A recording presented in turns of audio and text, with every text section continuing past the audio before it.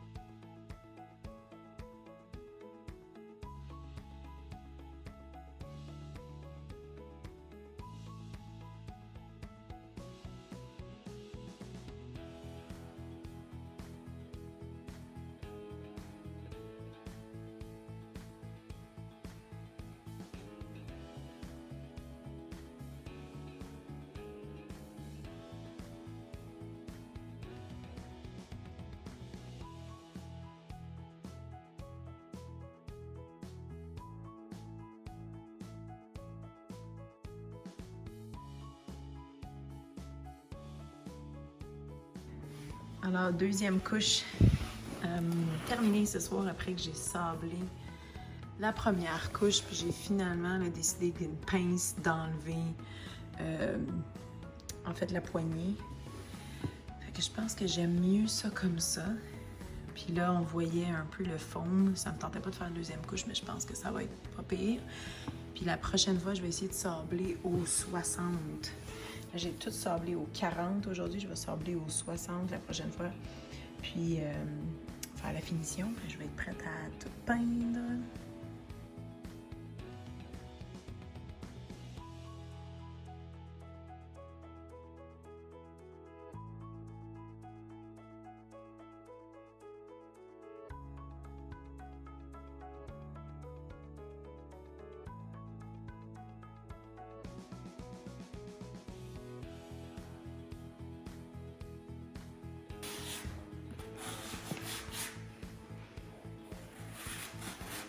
Ouais, vas-y, c'est bon.